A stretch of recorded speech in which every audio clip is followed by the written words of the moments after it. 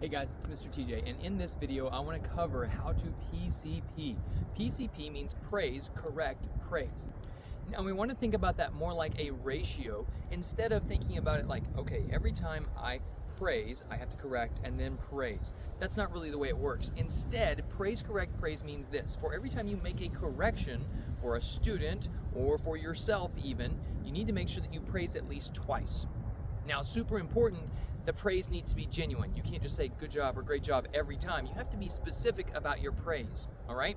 So if you've already watched the video on 3x3s, you'll understand what it means to have specific praise. But I want to talk about that just briefly here, and that means that when you say something, it needs to be specific to what that student is doing. So if I say, Johnny, great job, Johnny doesn't know what he did well.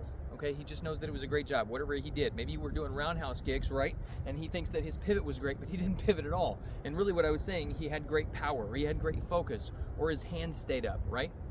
So I need to be specific. Johnny, you did a great job keeping your hands up during that kick. Maybe the rest of his kick was terrible, and I can make a small correction, like make sure that you pivot your bottom foot or something like that.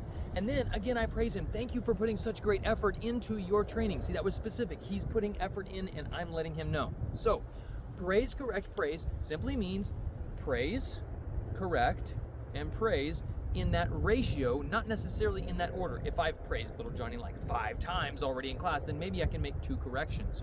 Guys, you won't always have the opportunity to correct people, because if you don't praise enough, then there's not enough emotional money in the bank, and you will only correct and they will eventually leave. You have to make sure that you're praising enough so that there's enough emotional energy in that bank so that whenever you're ready to make a correction, you can do that without making them upset or making them leave.